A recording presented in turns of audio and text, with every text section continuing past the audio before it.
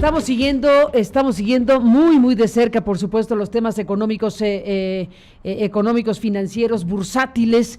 En estos momentos hay una circunstancia de incertidumbre importante a nivel mundial. Estamos siguiendo de cerca las observaciones y las calificaciones que están haciendo sobre México en específico. Bueno, pues por lo pronto Standard & Poor's habla de la reciente caída del precio del petróleo y las consecuencias del nuevo coronavirus, el COVID-19, dañarán la economía de México y exacerbarán los puntos de presión que llevaron a Standard & Poor's a colocar en negativa su perspectiva sobre el país, dijo un alto funcionario de la firma. En diciembre, Standard & Poor's mantuvo su perspectiva negativa para la nota crediticia de México y aseguró que existe una probabilidad de al menos una entre tres de que sea recortada en 2020. México se verá afectado por estos desarrollos recientes, tiene un sector petrolero significativo y está estrechamente conectado con la economía de los Estados Unidos, dijo Joydeep Mukherjee, director gerente de calificaciones soberanas de América en Standard & Poor's Global. Es pues una perspectiva negativa de la agencia, en donde enfatiza dos cosas, que son las preocupaciones por la tendencia de crecimiento económico y el sector energético, que representa un gran pasivo contingente para el soberano. En la medida en que los precios del petróleo se mantengan bajos y el crecimiento de Estados Unidos caiga, estos dos factores se pueden ver exacerbados. Es parte de lo que dice Standard & Poor's. Está también lo que dice el Consejo Coordinador Empresarial, que encabeza Carlos Salazar, señalando que una caída de 1% en el crecimiento económico y un precio bajo del petróleo pueden causar un impacto de 1.2% del PIB en los ingresos del país. Es lo que está planteando el señor Carlos Salazar Lomelín en sus declaraciones de las últimas horas. Y bueno, pues hemos buscado a David Shields. David es un experto muy importante en México sobre temas energéticos y de petróleo, y te hemos buscado, David, pues para conocer tu análisis del momento que se vive, específicamente puesta la mirada en eso, en el precio del petróleo, en la guerra de los precios, en todo este programa que tenemos. David, buenos días y bienvenido. Sí, gracias. Buenos días, Carmen. Pues evidentemente, pues el precio del petróleo ha caído a $33 por barril, para el crudo ligero a nivel internacional. Para la mezcla mexicana esto es $26, y es un precio realmente que pone presión a todas las empresas petroleras en el mundo, pero muy especialmente a Petróleos Mexicanos, porque Pemex pues difícilmente puede ser rentable con un precio de este nivel. Pemex se dice de Pemex que es la petrolera más endeudada del mundo, con $100 mil millones de deuda, también altos costos, un alto pasivo laboral, y realmente a ese precio, se dice que los árabes están inundando el mercado para sacar del mercado a los productores más débiles. Pues creo que hoy día Pemex desgraciadamente es uno de los productores más débiles, con poca viabilidad, poca rentabilidad a estos precios. Entonces yo creo que esto pone una presión muy fuerte sobre Petróleos Mexicanos. Es una empresa que acaba de registrar una pérdida muy relevante en el primer trimestre, y pues no podemos suponer otra cosa más que ver que otra pérdida viene en camino para el segundo trimestre. Y yo en lo personal pienso, Carmen, que ha llegado el momento en que el gobierno tendría que pensar en algún tipo de política drástica para adelgazar y reorientar a Petróleos Mexicanos para que de alguna manera pueda sobrevivir los embates de una situación que yo creo que va a continuar al menos el resto de este año. David Shields, tradúceme política drástica. ¿En qué piensas? Política drástica, pues yo creo que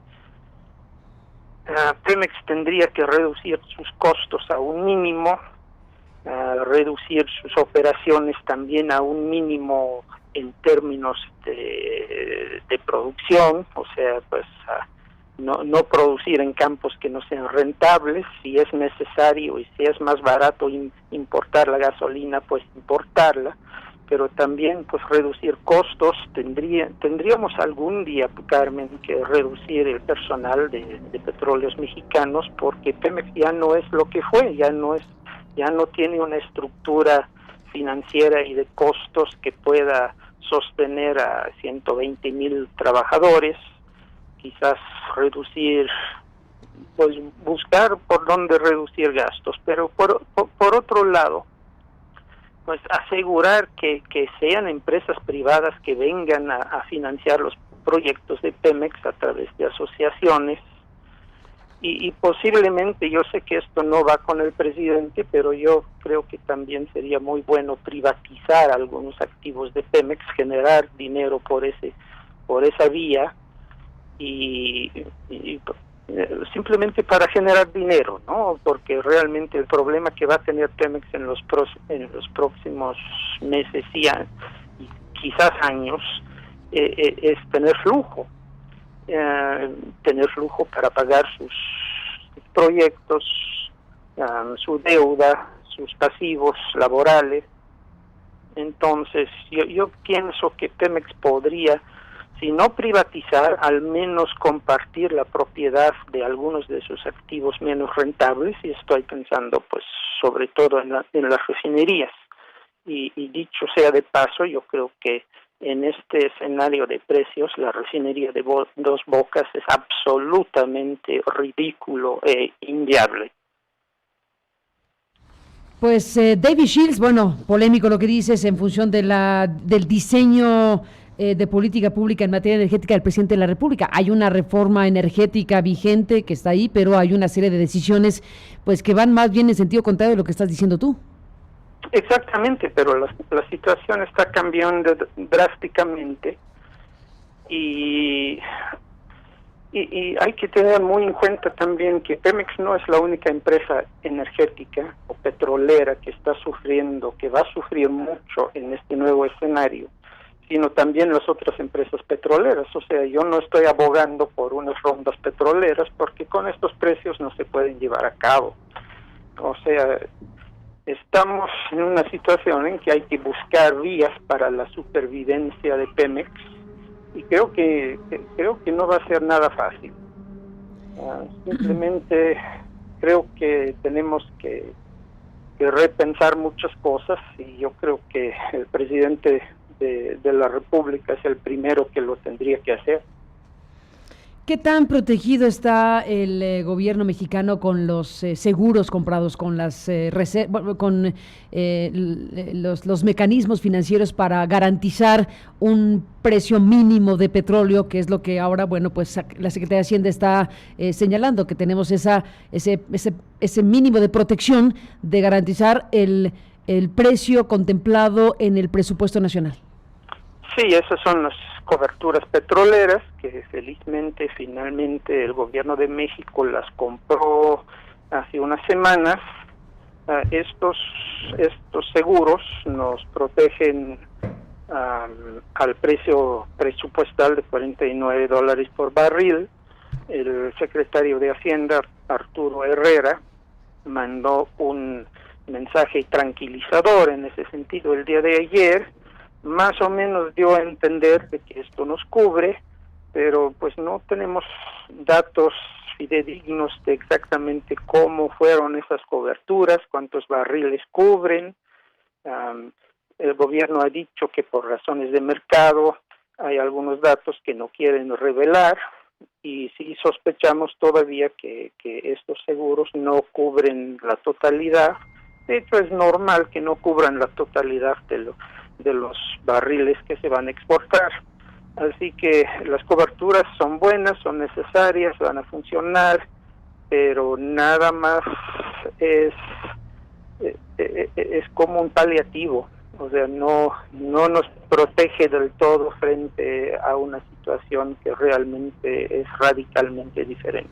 ¿Se atribuye directamente David Shields a los árabes que dices quieren reventar literalmente a los más débiles del mercado mundial? Mira, lo que sucede... ¿Así en directo?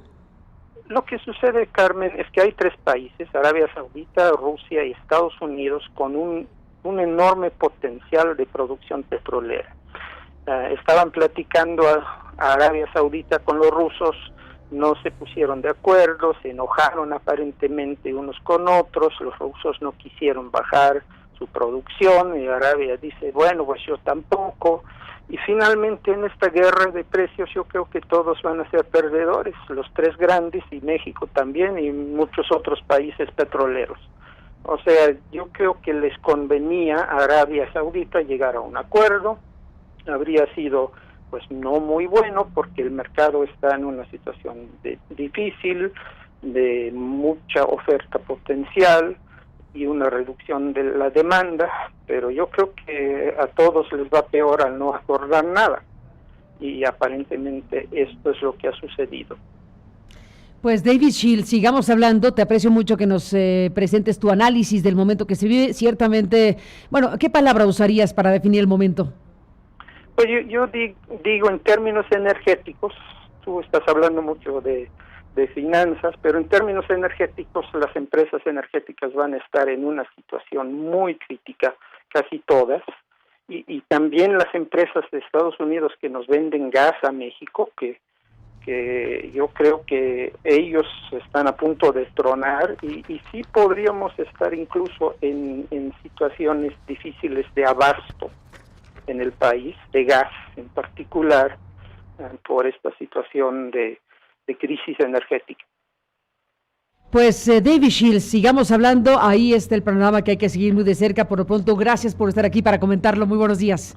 Buenos días, Carmen. Buenos días, David, gracias por estar aquí, al experto en temas energéticos, pues así están las cosas.